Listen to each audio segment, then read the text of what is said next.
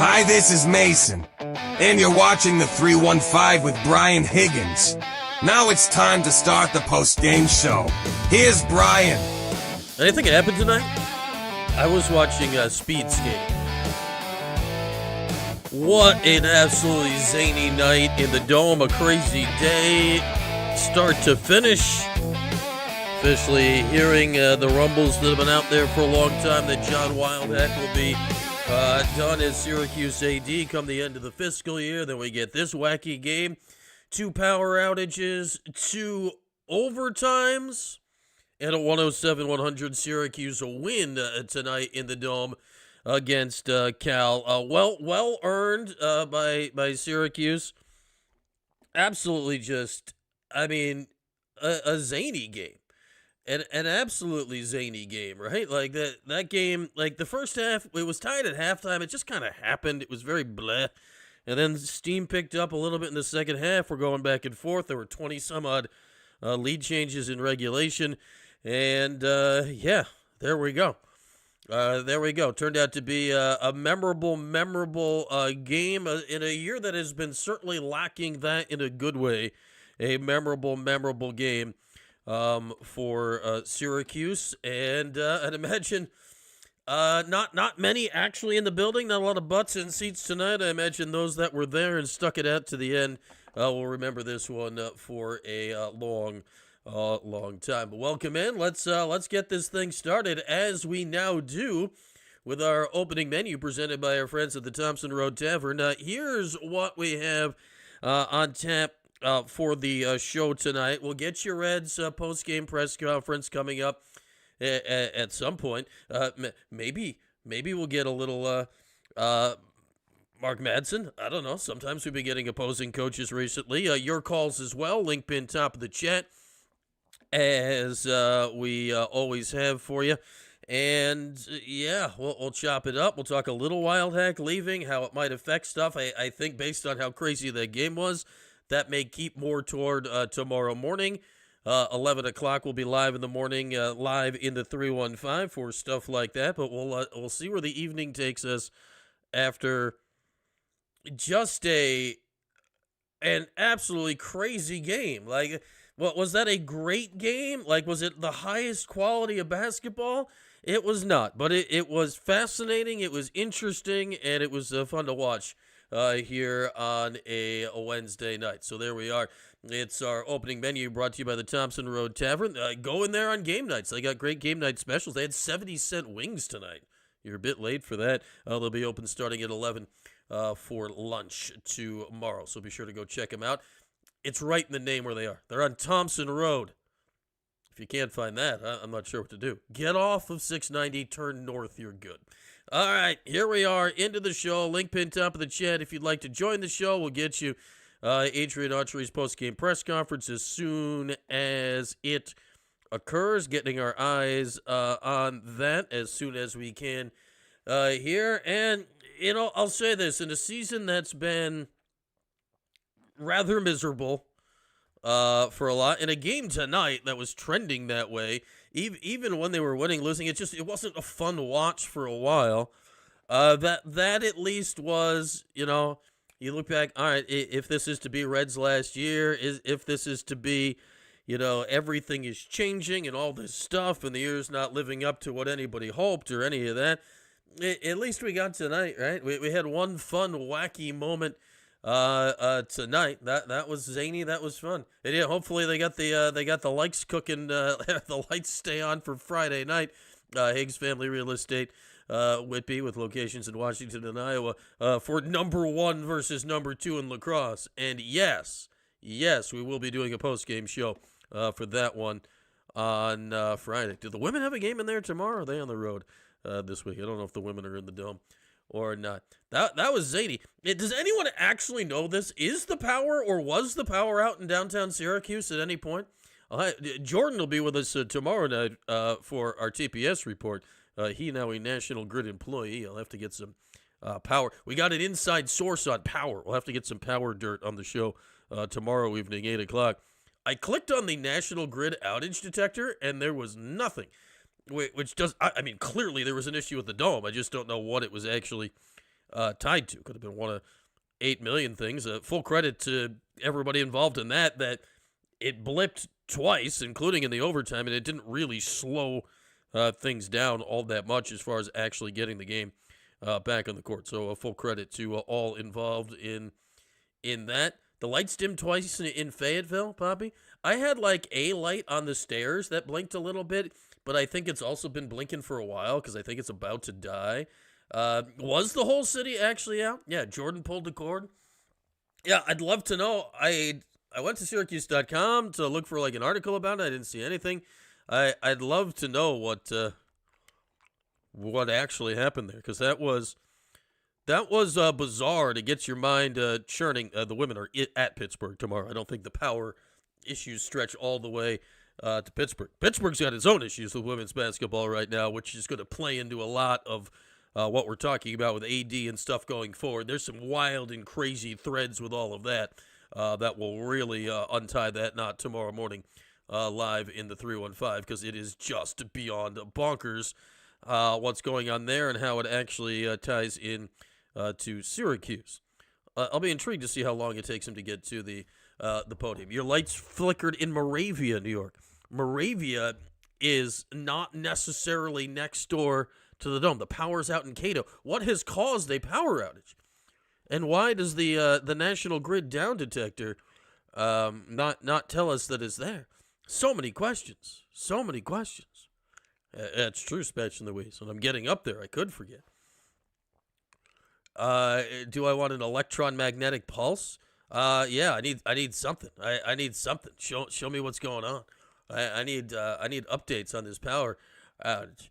Yeah, and now it's one of these things where, like, okay, I think we all know, or we all assume that, the season is going where it's going, and I don't think any of us really expected it to change. Your lights flickered at Oneida both times the dome went out. Like, this is now more than just, like, circumstantial evidence. Like, something, like, we're talking about reasonably far-flung places at this point. This is, like, what the hell happened? Like, it's snowing out, or it was snowing out early on. Did somebody, like, skid off the road into, like, a transformer or something? I don't know. All over CNY. Interesting. Very interesting. So bizarre. So bizarre. They'll probably raise our rates again. Can they? Do the numbers go higher, RJ? My goodness, the bill I paid the other day. Holy crap, the power better be on for that bill. I should have twice as much power. 3 times as much power for that bill. All right, waiting on coach's post-game press conference. I'm not sure if we'll get Mark Madsen. We've been randomly visiting coaches. We might get the Mad Dog. I don't know what he's got to say about life, so we got eyes on that. We'll get to that. Cuse, Oregon, are we having a storm? It was snowing and windy earlier, but, like, are we having a storm by, like, Syracuse standards of having a storm? No. Like, I was out driving earlier, and it's like, yeah, it's snowing. This is kind of obnoxious. Now, did that lead to something? Perhaps. I have no idea. I have no idea. I mean, the power surge, honestly, Randy, like, if and when this game is ever remembered for anything down the line, that's the hook, right? Like, that's the hook, Randy. Like, if ever this game comes up, like, okay, the next time Syracuse is in an overtime or in a double overtime game, like, this is what's going to happen if somebody's broadcasting the game or somebody was there. Like, Matt Park on the radio or whatever, or if whomever is doing the TV game last time has enough wherewithal to figure it out or something, or whoever's there, or me on Twitter or whatever, like, we're going to look back and like, what was the last double overtime game? Syracuse, Cal. It was the power outage game. How about that? Hey, look, here's Mark Madsen. Do we want to listen to Mark Madsen? Yeah, sure. What the hell? Let's listen to Mark Madsen. The Mad Dog. Coming out tonight. Tough loss tonight. We came up short. Open to questions. Okay. Coach, what was your Succinct. Coach, just what you can say about Ames, what he was able to do down the stretch. I mean, the majority of the first overtime was all him, and just your take rate. Dele's the ultimate warrior. He's a guy that's going to attack. He knocks down shots. He knocks down the 3. He makes the long 2, and he finishes well at the rim. And so he made some key plays to help put us in a position, which is all you can ask on the road. We have to be better. We have to be better. Give Syracuse credit. They made the plays when they needed to make them. The Mad Dog was kind of wild to watch when he was playing. I don't know if this is going to be an interesting press conference right now. kind of slow him down today? We wanted to give Donnie different looks. We wanted to, at times, play him straight up in certain situations. In other situations, we wanted to send a guy at him. He's a very talented player. Syracuse has done a nice job developing him and getting him the ball in key situations. And so we tried to give him different looks throughout the night. You talking about the Labor Day storm, Weez? What was that, 97? Yeah, I mean, that was like a crazy-ass storm, though. Yeah. What did that look like? They came over to me first and they said, hey, we're on auxiliary power. They were great, very professional. They said, do you want to finish out the game? And I said, yes, absolutely. I mean, you don't want to leave a game hanging in the balance like that. I don't know what the rule would be there. And then they said, okay, we'll go talk to Red and see if he wants to do it too. He obviously said yes, and we finished the game with auxiliary power, it looks like. All right, there's an actual answer. With Chris leading into this game, obviously, could be some emotions there for him coming back to the Bells for the first time. Chris has been a ray of light for our program. Chris Bell is someone who his professionalism has been awesome. He's always a guy, even if we have one of the most difficult practices of the year, he's staying after to get his shots, to work on his game. He puts the film study in. He had a huge 3 out of the corner. At one point in the game, I need to review the film on that. But Chris was very fired up. We definitely had conversations, but honestly, Chris Bell's professionalism just kind of took over. He didn't need us to say much. Chris Bell, ray of light. But short. Why do you think you guys couldn't get the job done there? Well, we were able to generate some looks. Some went, some did it. But we have to rebound the ball better. We gave up, you just look at the box score. We gave up 13 offensive rebounds to Syracuse. And now they're a good rebounding team. William Kyle III had 7 offensive rebounds, including a very key offensive rebound late in one of the situations. We also put them to the free throw line 42 times. That's inexcusable. To have that level of fouling, even if it is double overtime, that's inexcusable. The fouling, and we have to clean that up. We will clean that up. The rebounding, we got to get tougher. You know, we had some guys fight out there. Milos had 14 rebounds. Justin had 8. We need more collective rebounding. I'm sure it looked brighter on TV than it was in the dome. Like the cameras can enhance the light. When they panned out, you can see there was no lights on way at the top. Very disappointed we lost the game. But the one thing I'll say about this group, I love our group. Our group has warriors and fighters in the locker room. Our group never gives up. And you saw that again tonight. We were fighting, we were scrapping. Similar game to Miami, which we ended up getting the win down there. But, you know, give Syracuse credit. We battled and we fought, but they made the key plays when the key plays needed to be made. Yeah, I'd say for Kyle, that looked like a pretty obvious cramp. I'd assume he'll be all right. Obviously, we're not looking your team learn from that. I'm a doctor. How to handle adversity better. How to make all the little plays at the margin.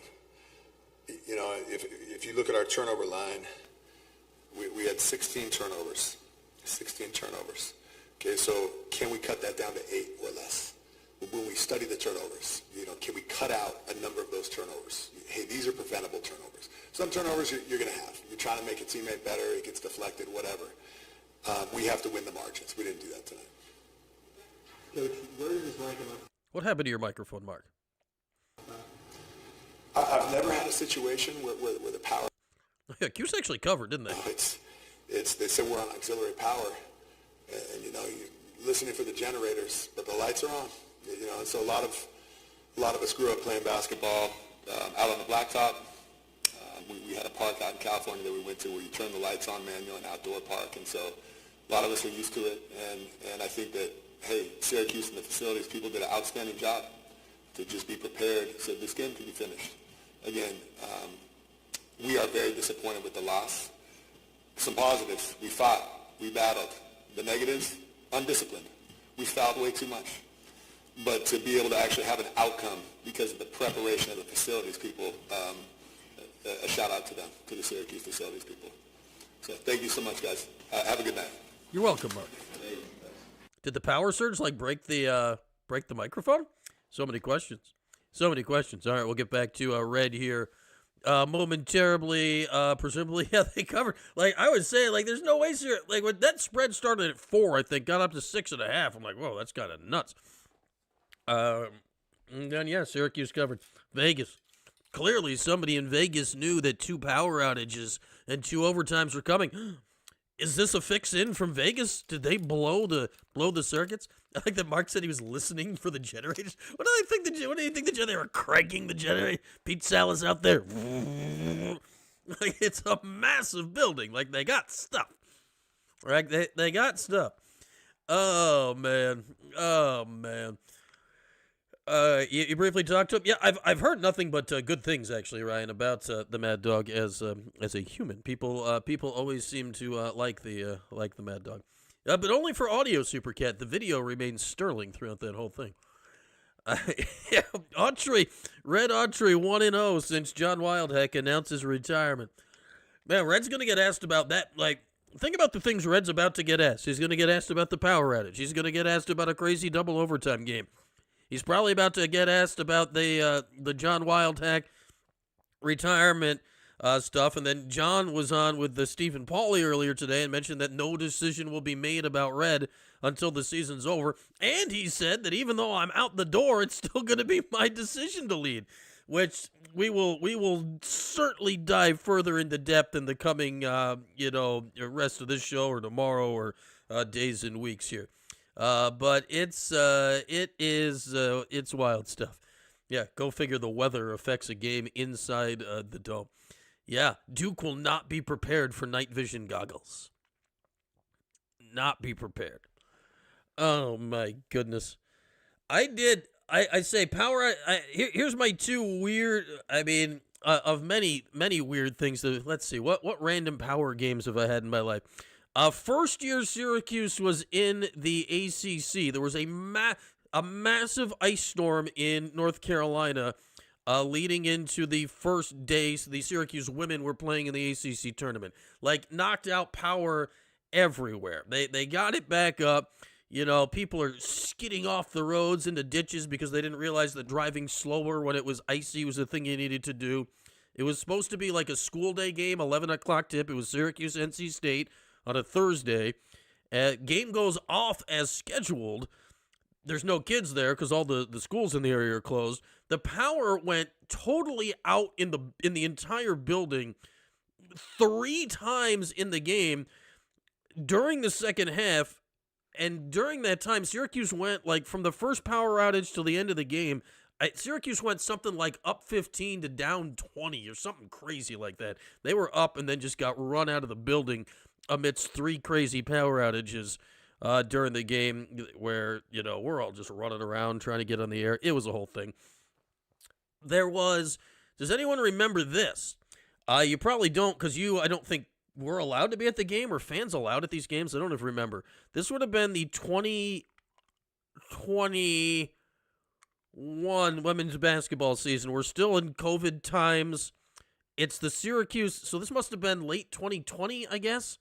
This was the year after that. We're still in a COVID-y situation. It's the first year of the new roof in the dome. It's Syracuse's season opener against, I forget who. It was like a D2 team or some nonsense, but it was a real game. And the roof starts dripping down on center court, like almost right at the jump ball spot. And you're like, is the roof leak? The brand new roof is leaking? And it turned out later, well, it turned out then, but I found out later something was causing condensation that was causing occasional drips to come down. And the ref refused to start the game. No NAT watch, George. The ref refused to start the game because every now and again there was a drip. And then they all left, and nobody told anybody there what's going on. I'm trying to stay on the air while, like, literally everybody is leaving. Like, the teams and the refs are leaving the building. It's like, what the hell is going on? Because of COVID, nobody can go talk to anybody anymore. Like, nobody's telling us anything. And then they went over to the Mello Center. They're like, oh, we're just going to go over and do a scrimmage. Then it turned out they played an actual game. They decided to count it. And Priscilla Williams hit a school record 8 threes in the game that for some reason count. And now she's playing, I believe, at her 37th school. So that brings us up to date on, dome weather situations. Does 19 and 12 get to the bubble? Well, if they get to 19 and 12, YouTube channel FW8er, they're going to have some serious wins. Hey, look, it's red. Game, high scoring, high pace. I thought our guys really responded in every challenge, especially at the end of the game. They got stops when needed to. Things did not go well for us offensively, and they kept fighting. I was really proud of the way these guys just kept going because we could have, folded, and they didn't. And you get in some games like this, you see them all the time, and, obviously exciting game up and down. I just thought both teams showed a lot of character and a lot of fight. I was in particular, I thought Will Kyle was a man amongst boys today. Again, 16 rebounds, 15 points. He had that will that we were not going to lose that game. Everybody. I thought Nate George was unbelievable. JJ. I thought it was a whole really team effort. I love the way we had a look in our eyes coming into the huddles. These guys were not doubting themselves, and to scrape out a win like this against a really good California team that scores a lot of points. I just love the way we responded.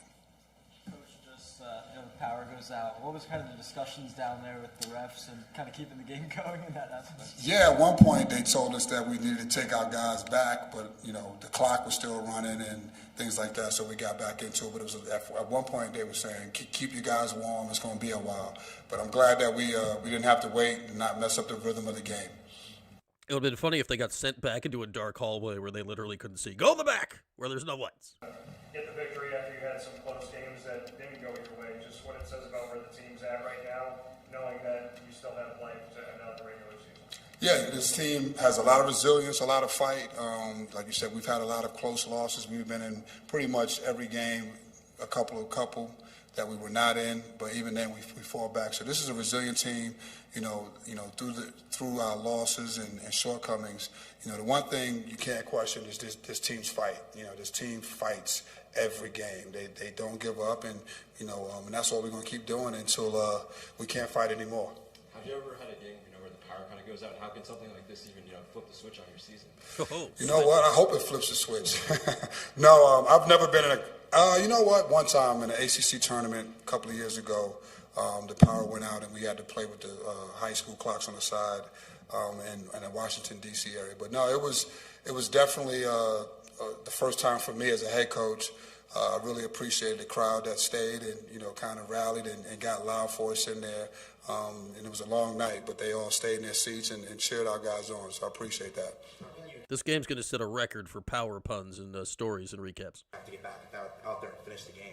Oh, they were focused. I mean, the game wasn't finished, and these guys really wanted to win. So they just kept talking in that time, just talking positive talk and cheering each other on. I thought our bench was phenomenal. I thought Sadiq White, he came in and gave us a big spark, and on the bench, you just heard his voice encouraging everybody, and that's what you need. It's no secret that Donnie kind of struggled in those first 30 minutes. How were you able to keep him engaged and keep him focused, and what he was able to do in those last 10 minutes of overtime? I thought Donnie did an unbelievable job of what you just said. Of his first 30 minutes was not good, but he was cheering for his teammates. He kept his mind in the game by cheering for his teammates, and I think once he got back in, he really settled down, and he came up big for us in some situations, and he really kind of kept himself going that way, just by being engaged. I thought he had a very, very good reset. He had a really good reset because he was struggling a little bit. He was power cycled. His first 5 shots were all from out there. Then he didn't take any more the rest of the way. Is that something that he was instructed to do, take it to the basket, or is that part of the reset you're talking about? Yeah, we talked about it. Obviously California's down a couple of big guys. I thought, getting the ball into the paint could work for us. He made the first one, then he shot 2 or 3 more, and then, we settled him down. I said, you got to get to the basket, and I thought he did a good job. We got him the ball in the right places, and he finished around the basket better. This has been a pretty interesting day. I feel like Richard retired. There was a lot of talk about you and your job. The lights went out in the stadium today. What can you put all this in perspective as to what your thoughts are about any or all of those things? Well, first I want to congratulate John on his retirement. Well deserved. He's done a really phenomenal job in his time here with a lot of change. It was a lot of change that's going on in college athletics, and he showed up every day and did the job to best of his ability. So well deserved for him, proud of him. As far as the day, it was just another day in the ACC. Playing at home against a good team. Again, like I said, we got a lot of quality opportunities. I'm just glad our guys, put this one in the win column, and we're going to enjoy this tonight, and then obviously, we got to get ready for Saturday. Somebody fixed the mic in the middle of Red's answer of not really saying anything about any of that. Off the court and just focus really on just basketball. I think that's, we all, as coaches, we try to, say cancel the noise and block out the noise. But I think these young men are very resilient. I think they understand, this comes with it, at Syracuse Basketball. This is, in college athletics, this is a major market for basketball. So I think they understand that. They're resilient. I think, I think I have to talk to probably our coaching staff a little bit more than I talk to those guys about blocking out the noise. But we talk about staying together. We spend a lot of time together, staying together, and we just got to keep fighting. His coaching staff hearing the noise. No, I wouldn't know anything about that. His decision, or have you thought about his decision now that might impact your future? No, today he mentioned that, he was letting me know that was happening. And again, I'm just going to be locked in on my team until, we finish up this season and then go from there. Realistically, it's not going to affect the Red part. There goes Red.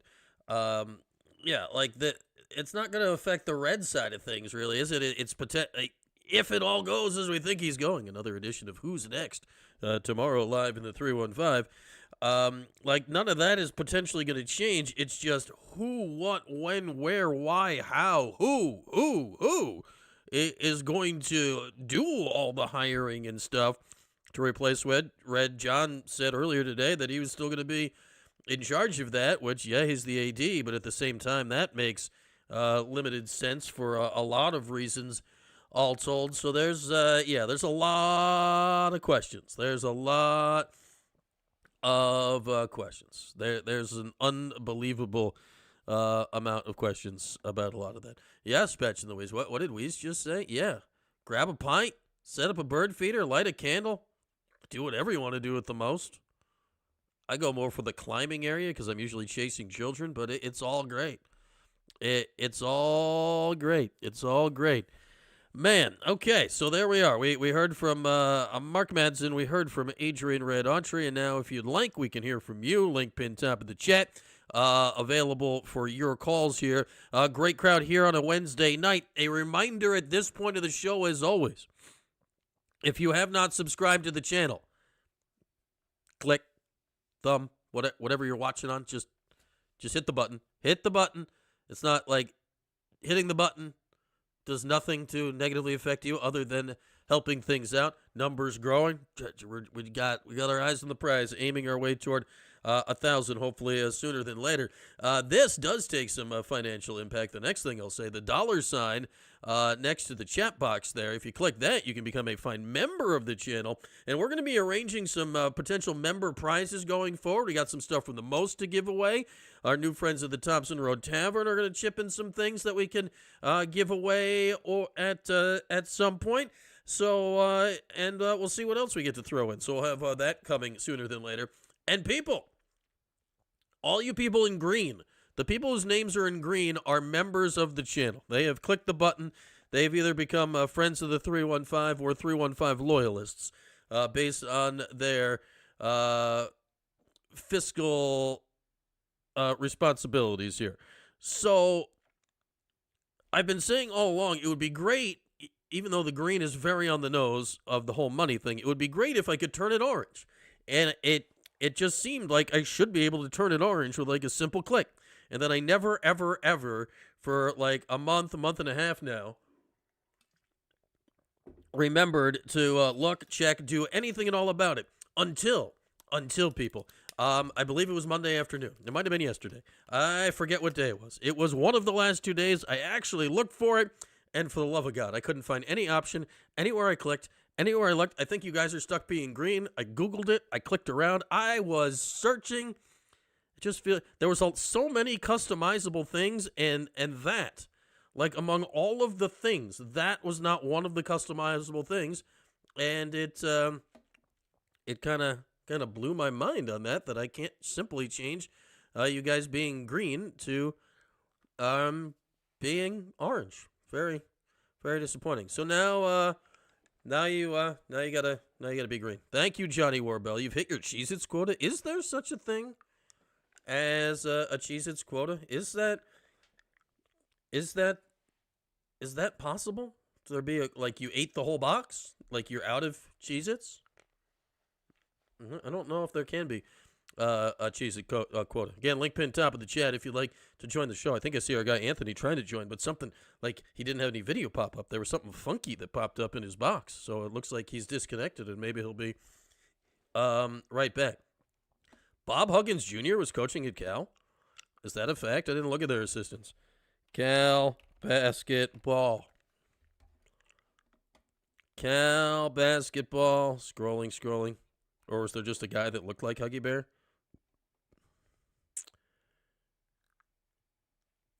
They have no Hugginses listed on their staff, so we're all out of Hugginses. All out of a box and a half, Johnny. Oh, right. I will not question your Cheez-It commitment. I am not questioning your Cheez-It commitment. That's fantastic work. You've earned my Cheez-It respect. And we will leave it there. A look-alike? All right. That explains why. And by the headshots, I can't even tell which one it is. So apparently he doesn't headshot like he looks in person. So there we go. All right, again, link pin top of the chat if anybody would like to join the show tonight here to talk about. And let's not forget, this was just a wild, wild game tonight. It was a kind of a blasé first half, and then go figure, it just went absolutely nuts as the game went along. Ends up going to double overtime, and Syracuse prevails 107-100. With that, we start our calls as we often do with our guy Anthony. What's up, man? Yo, what's up? What's up, B? How you doing? I'm all right, man. That was a good game. It was fun. Like, I'd say the first half was just like kind of blah, even though it was close. But man, it got fun down the stretch. It turned into a fun watch. Yeah, three overtimes, right? Only 2, Anthony. Just the power outage just made it feel like 3. But we'll it take seems the like 2. 3. Nah, they, you know what? They played like Autry was gone. I'm kidding. Show over. No, I think it felt like they were playing with less tension. I think Wildhack's retirement, him saying that he was gonna retire was basically him saying that Autry's gonna be fired. So that I'm putting those two together. I mean, like nothing has changed in my thoughts on that. I will say this, like the one thing that John actually did say out loud in the one interview he did today is that nothing is going to happen until the end of the season. I don't know if any of that trickled down to the players. Like, it's something that actually can take some tension off during the season. Like, that actually can take a little attention off it during the season, right, for the players. Because now nothing's changing by Monday or nothing's changing by, a week from now. He said that he was gonna help out with the transition until July. I mean, that's kind of far out, but I don't know if that's like the college fiscal years end at the end of June, Anthony, which is why it syncs up like that. But and we're going to talk a lot more of this in the coming days here. Like, assuming they still make the move on Red, barring some kooky winning streak here in the next few weeks. Like, the timing of Chancellor on his way out on the same timetable, the AD on his way out, like there is a distinct power vacuum with an extremely important decision to be made one way or another. It's going to be bizarrely fascinating to watch to see how this all unfolds. Well, no, I think that it's all lining up, because I think Wildhack doesn't, he really didn't want to make that decision, especially in mid-season. So instead of making a decision, with Autry, he decides he's going to retire. Then we got a new chancellor coming in, so it's going to be a whole new, a whole new, It's going to be all new. Yeah, it's going to be all new, and then we're going to get a new coach. Yeah, it's just usually the order of operations is you need your chancellor, then your AD, then your coach, and just the timetable may play out in reverse of that. So I don't really know who's going to be in charge when it's all coming out. Yeah, Matt and Matt NY in the chat saying, like, yeah, maybe the chancellor does get announced soon. And the ball starting rolling and all that. It could be a very, very fascinating month and a half here at Syracuse. I mean, but as far I had pretty much really the last couple games I just watched a couple of minutes of the last couple games. I lost interest, but this game they played with confidence. They played with confidence throughout the whole game. Their defense was back. I mean, definitely something happened where a lot of tension was released and the players seemed a lot more relaxed. They pulled that game off. Pretty good team, only thing now really it's let's be real. They're not gonna win 6 games, 6 of the games. I mean, we're just not. We're not gonna beat Duke and North Carolina at home. We're not gonna beat North Carolina at home. Who else we got? Louisville at Louisville. I mean, it's just not gonna happen. But maybe we might squeak out. Those 2 games, Boston and another game. A team at the bottom of the ACC. So we'll probably win those 2. but we pretty much know what's going on. Right now, it's the players just right now they're just kind of. I think they'll play with a little bit more confidence because a lot of attention. They know what's going to happen. A lot of them are going to be gone. Mm-hmm. Let's just hope that we can rebuild, that we can hit that portal. We got the manager. What's our manager name? Who's good with recruiting? Hopefully he can get us like 8 good players coming in. Alex We get a new coach. They keep him on. We get some players coming in like he did last year. I mean, maybe we might get Josh Schertz. It's a possibility. He's probably gonna be number one, available coach. If not, Hopkins, Matt, Devendorf, who knows? But at this point right now, we should be looking forward to just like rebuilding, hitting that portal, and see what we can do as far as come back next year and being competitive. Yeah, I'd say realistically that's what's going to happen when we get to March. Hopefully here for the, we got 6 games left in the regular season. Hopefully it is what you said, Anthony, that we now at least see them playing free. So, win, lose, or otherwise, hey, tonight was exciting, right? Let's at least get some exciting ball to watch here for the next month. I think that would be the best case scenario for all involved at this point. Yeah. In the ACC tournament, if we get in there, make a little run, maybe make a little bit noise, a little bit excitement. But, for the most part right now, we're looking forward to next season early, right after that last game when the portal opens up. We're looking at that. And do some shows on some possible players. Let's get a jump start. Some possible players that might be going into the portal. You know what I'm saying? Hey, I'm still working on the coaching future, Anthony. You got to give me a moment before we get to the. I'm looking at. Hey, look, there might be some good players that might be jumping the ship, man. Hey. I'm sure there are. Give me the March on that one. We'll get this time. We should get a real. We should get. We should pay the money to get a center. We should get a nice one of the top centers. We should get that. I believe it because Kyle's gonna be gone, man. I'm gonna miss him. I hope he could come back and do like graduate or something. Come on, go get a doctor or something. He was great today. Anthony, I promise you, in March we will do a bunch of shows on Portal Watch. We will have that locked down every which way and try to figure it out. But we'll let that play out in due time. All right, Brian. All right, man. Always good to see you. There's our guy, Anthony, checking in here tonight. If anybody else would like to do what Anthony just did and join the show, the link is pinned top of the chat. Thank you, Higgs Family Real Estate Whippy, with locations in Washington and Iowa. The newest friend of the show, Sonny Spira for Chancellor. Then people in the Southern Tier would be losing a lot of dental work. Wheeze, if Sonny Spira becomes Chancellor. Maybe Mello and Cayenne, maybe Cayenne for Chancellor. Deion Waiters, yeah.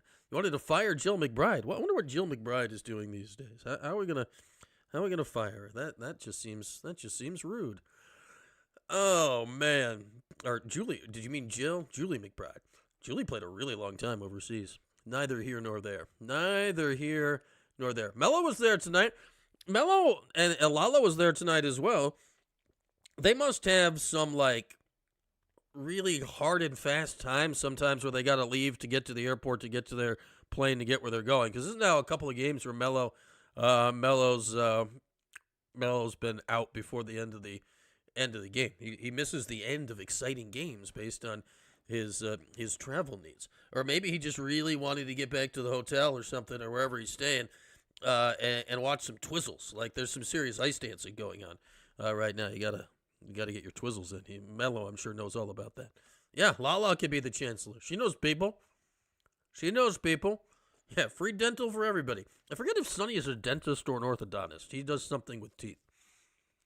Randomly speaking up, this is actually a potentially important segue for you all. So tomorrow morning, we've got Live in the 315 scheduled at 11 o'clock. Now, what apparently happened 6 months ago is I scheduled a dentist appointment for tomorrow morning. That's at 10 o'clock. I have good faith. I don't think this is an x-ray appointment or anything. I have good faith I'm going to be in and out and be back here in plenty of time to be rocking and rolling for 11. But if for some reason the show starts late tomorrow, no, I'm getting my teeth cleaned. So there we go.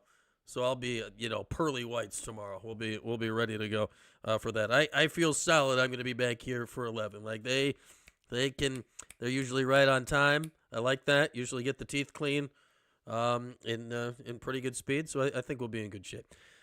But if you're like, oh my God, where did Brian go? Most likely nothing terrible happened. I'm just probably, there's like a piece of floss stuck in my left incisor or something. Do the show from the dentist's office? Yeah. Yeah, do it. Me and Tim Watley, we can do that show. Yeah, Mello's actually, he's ringing the doorbell right now. Numb mouth. Yeah. If I got to get numbed up, something went terribly wrong. Because really should just be a nice, nice clean them up and keep them moving. Get a toothbrush. Here's your floss kind of day. But we'll see how that goes. That's tomorrow. If you'd like to know, that's just the schedule. That's going to be what's on our Thompson Road Tavern menu tomorrow morning. That I'm actually vaguely going to be quasi-ish in that area, sort of, based on the way to the dentist. And then there we go. Next sponsor is the dentist. Like, hey, dentist, give me some money on the way out the door. We can figure it all out. Anyway, link pin top of the chat.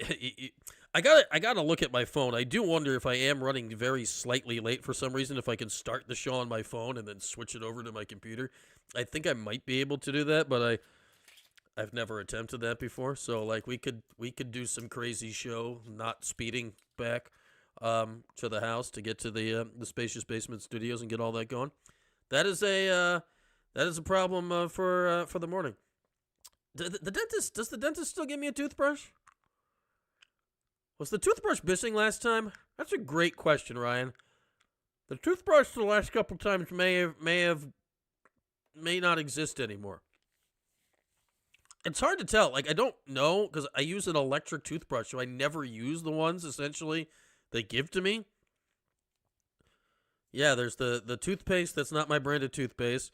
The floss, I'll use the floss every now and again if I happen to run out of floss. Gary Gate the show from a moving vehicle. I mean, Gary was the master of that tronic. I could do that. Gary has a massive game coming up on Friday. We'll be live after that game on Friday. Maryland and the Cuse, 1-2 in the Dome. Axe tweeted this earlier today that he was hearing at least 9,000 for the game on Friday night. Guys, go to that game. It's going to be fantastic. Going to be absolutely fantastic. Yeah, if LA Orange and Spatch and Louise can figure out a way to hack the stream and go live at 11 if I'm not here, do what you got to do. Like, make it happen. Just do some stuff. Figure it out. I don't know. Mark got a toothbrush yesterday. I think they still give me a toothbrush. I don't remember. Maryland arrives tomorrow, so Ryan Mullen will have the fighting Terps in the house of the Marriott Syracuse downtown. Is 1-2 a big deal? I've heard, Spatching Louise, in February the deals literally could not be bigger. Couldn't even make it bigger.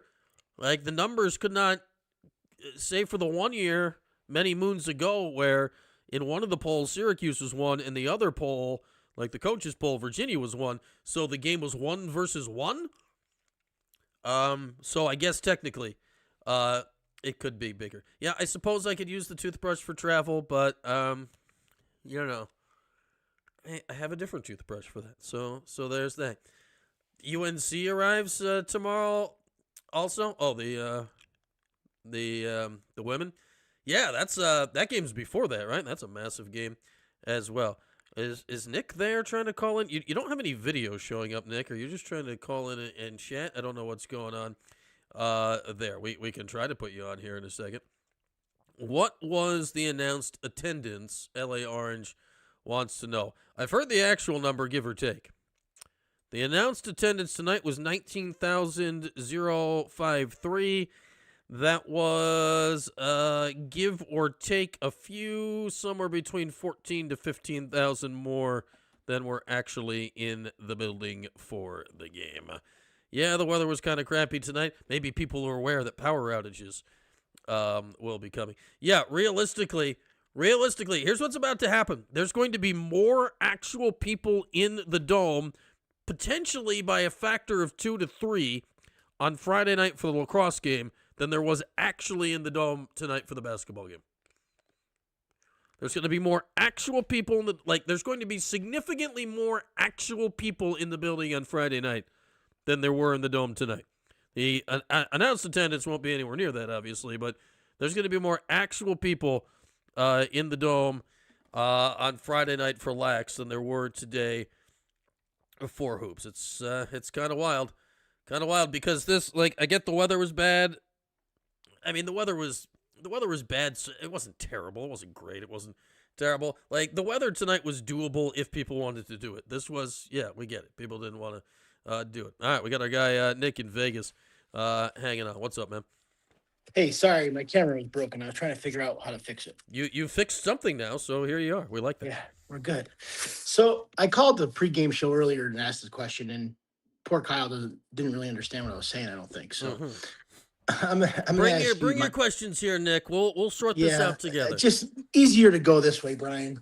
So I am by no means defending Red or think he should keep his job. So that's not my point of this question. So I don't want everybody don't think that. My question to you is because of the whole Wild Heck retiring announcement and the need of a chancellor, and we all know the situation. Yeah. And yes, it possibly could get done in record time, right? But the school doesn't usually do that. Right. And it's typically not the norm. Is there any chance that he gets a fourth year by default, the way the dominoes fall? Yes. I don't think it's a very large number, Nick, but I'd say the percentage of that based on the uncertainty of everything else, at least that we know about, right? Right now, because it's very possible behind the scenes that the puzzle pieces are already slotting in and it's just not officially done yet with a variety of things. So I'll say yes in that I'm not ruling it out completely. I would say he's got a higher percent chance of coming back today than he did yesterday, and not because they beat California. Right. Does that make sense? Yes, I agree. I agree with you 100% on that. But the percentage of that actually happening, I would put significantly lower than 100%. But is there technically a chance because of that? Yes. Do I think it is going to play out that way? No. And I think another reason why it might be possible, and I'm not just because of the timing and having to put new people in other jobs, but due to the fact that the portal is 6 weeks away, and whatever coach they hire is going to want to know what NIL budget they have, they need answers. And is that going to deter some coaches from wanting to come here because they don't know who their boss is going to be? They don't know what the budget's going to be. They don't know. There's so many unanswered questions, I guess. Right. And that's why this next month is going to be fascinating to see how many of those questions get answered publicly, or if we find out later after the fact, were those questions answered to X percent of certainly privately.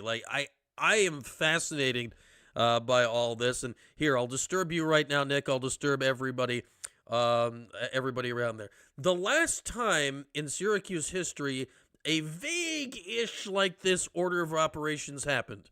New chancellor, AD retired, new AD, major coaching change in Syracuse. Everyone hold on to something for what I'm about to say. The last time that happened, the result was Greg Robinson. Remember that. Yeah. You're right. Buzz Shaw exited at the end of the year. Nancy Cantor was new to the job. Football season ends. Jake retires. Then Daryl Gross is hired, and then Coach P is fired, and then Greg Robinson is hired. Yep. That all happened in the span of about 6 weeks. Now, the order of operations of this is a little bit different, but at the same time, it's not totally out to left field different. So I think we should all just hold on to something a little bit. If you want to know worst case scenario of how it works out, we lived it. We've already lived it, and it was terrible, and it ruined the football team for 20 years. So well, that's the biggest fear, right? Because Yes. this is such a crucial hire. You can't have Greg Robinson 2.0, right? I mean, Right. we're living it kind of, but you can't have it. Like I'd say And- this, like if you're gonna make if you're gonna use this craziness of the time right now to make an argument for Reds staying another year, that is how you'd make the argument. That like this is nuts. We need some adults in the room. Hey, let's deal with this crap for another year, and we'll figure it out next year. Now, I don't think that's going to happen. I don't think it's the right answer, but I'm saying if you're going to get to that result, that's how we get there. It's likely that they may turn to a committee, right, to kind of fill the void of the lack of leadership. Like, obviously, the Board of Trustees still oversees all, and that is still going to be the same group for all of it. So, I'm sure behind the scenes, people in that group are asserting power over this. I'll just be intrigued to see if we hear who they are. Well, where does Jim Boeheim fall on this board of? I mean, I know he's not a trustee, but will he be on some sort of a panel and have more of a voice now? That's a question. I don't know where Jim's influence lies at the moment with the trustees. I have no idea. I have no idea. And I'm not trying to create a situation that's not. This is all fascinating questions, Nick, because the answer to almost all of these questions, at least publicly right now, is we don't know. Right. Like, we don't know. Like, as Syracuse fans, we don't know. Now, there's rumors, there's a lot of things out there, and if all the stuff people think may happen, then maybe things are closer to being set than not, and we'll get into that here in due time, but I don't know. Like, as we sit right now, like I know John Wildhack said, like, I'm still in charge of the hire. Well, why should the AD who's retiring and will not be here to oversee it be in charge of that? Like, that's weird. Why? And I think I brought this up to you. Like, if you go to Josh Schertz, right, and say, hey, we're trying to go get the hottest mid-major coach in the country this year, and he says, okay, well, what am I walking into? And the answer is, well, it'll be fine. Just don't worry about that. Like, why would he do that? So right. This next, but I'll say this: we're on February 11th. How many of these questions are we going to know by March 11th? Like, if you know answers by March 11th to some of them, it's time. There's enough time where it could happen. Then okay, but I don't. This kind of brings me to my last point, though, Brian, and I brought this up to you, I think, previously, but yeah, I think there's a lot more steam behind it right now. Wildhack has a tendency and a pattern of making safe hires, right? With the exception of Fran, like everybody else has been an alumni or assistant coach or something, right? Yeah, like Fran is notably way afield of any other hire. Left field of that. I get that. But for the most part, that's what he's done, right? Is make safe hires. Yeah. And if he went outside of the family, which I think is quite possible this time around, there's still a safe hire sitting there waiting for him. If he goes with Brian Hodgson, don't think for one second John and Laura aren't pushing that to the best of their ability. I said this the other day on whenever I said it, Monday, I think, when we were doing Who's Next. I don't know if you were on that at the time, Nick, but when I did that last week and we did a segment on Hodgson, and I tweet out the stuff and whatever, like every tweet I did that had anything to do with Hodgson was liked by at the Lally Foundation. John and Laura are huge supporters. They give to USF right now. Yeah. So, like, that's not nothing. Like, that's you talk about legitimately what things behind the scenes could be machinating to, like, why would a coach want to come?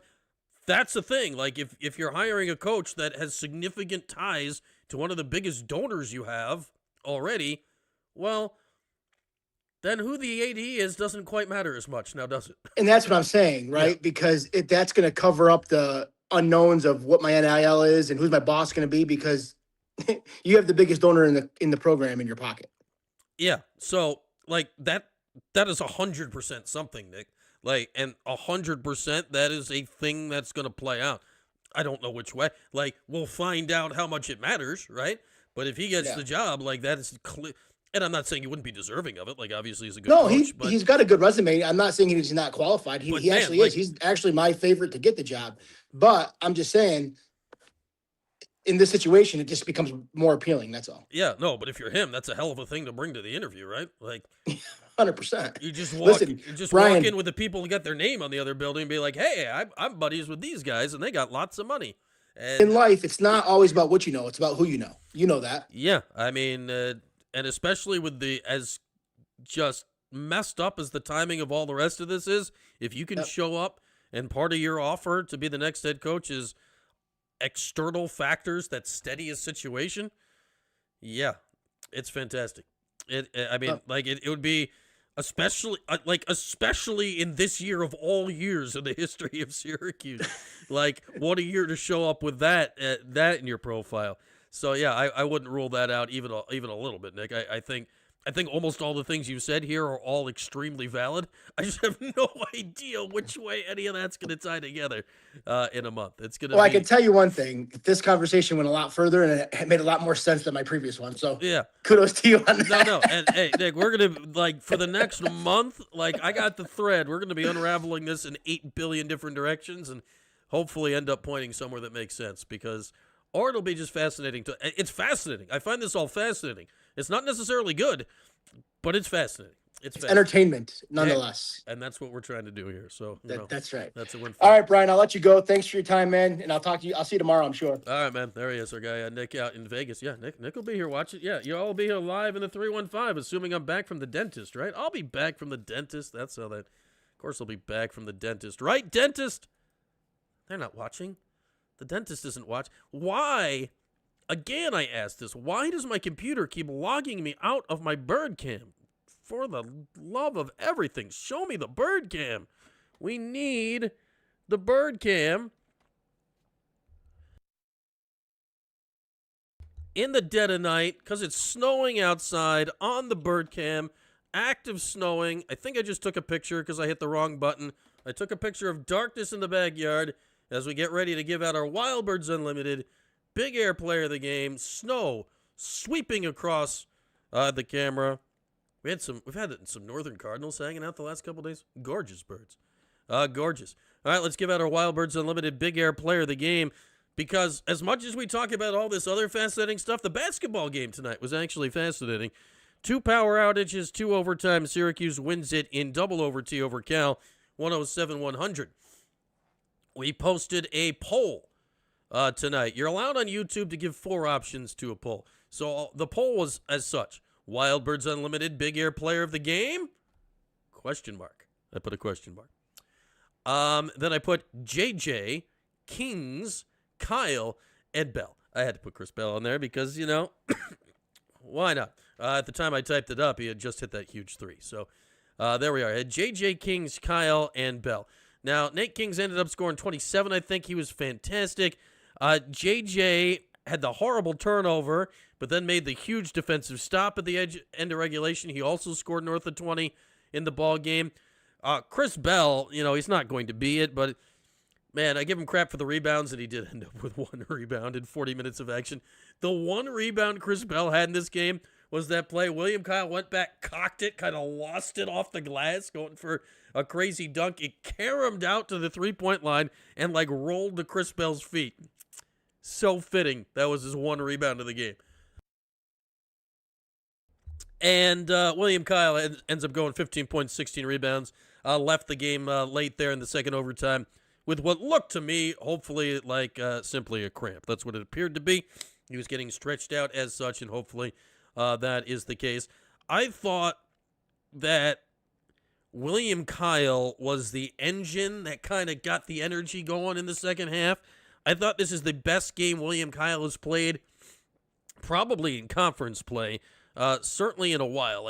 Kyle was doing some stuff earlier in the season that was great. Tonight, and I know Cal had some of their big guys hurt and whatever, but William was fantastic tonight. And because of that, as the snow falls in the dark on this Wednesday, sometimes power outage night here in the Syracuse area, in double overtime, William Kyle is our Wild Birds Unlimited Big Air Player of the Game. He also had 2 blocks and 2 steals to go along with the 15 points and 16 rebounds. Shout out to you, William Kyle. Our Wild Birds Unlimited Big Air Player of the Game. Wild Birds Unlimited will be open tomorrow morning at 10 in the a.m. if you'd like to buy some bird seed and bird feeders and bird cameras and other bird accoutrements to suit whatever it is that you want to be doing in the birding world.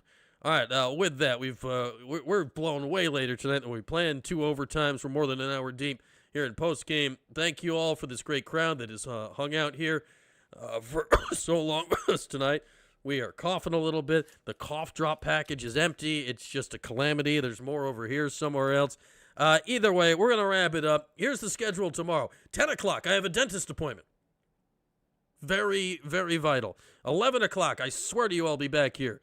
I better be back here in time for the 11 o'clock because we'll be live in the 315. We're going to be talking about a lot of the stuff we just talked about with Nick. We'll be doing a lot of stuff tomorrow. We'll have another edition of Who's Next. As despite the great win tonight, I think the writing remains on the wall. We'll talk about the Wild Hack retirement. We'll talk about all those things tomorrow. And we're going to do a little no wrong answers to get you ready for both Lax Friday night, 1v2, Cuse and Maryland, basketball Saturday, Syracuse and SMU. Tomorrow night, 8 o'clock tomorrow night, myself, Jordan, TPS report, transfer reporter Syracuse. Jordan will be here. National Grid employee. He may have inside power information.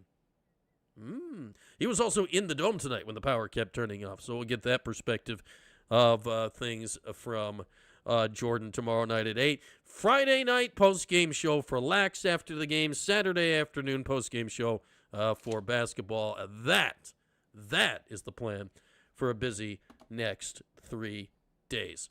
With that, have a good evening, everybody. Stay safe out there. Hope you have power. Hope there's no more weird surges. Hope we get some more enjoyable Syracuse basketball games like we got tonight as the Orange knock off Cal in 2 overtimes, 107-100. Have a good night, everybody. We'll talk to y'all tomorrow morning. Thanks for watching the 315 with Brian Higgins. Don't forget to like, subscribe, and turn your notifications on. We'll see you next time.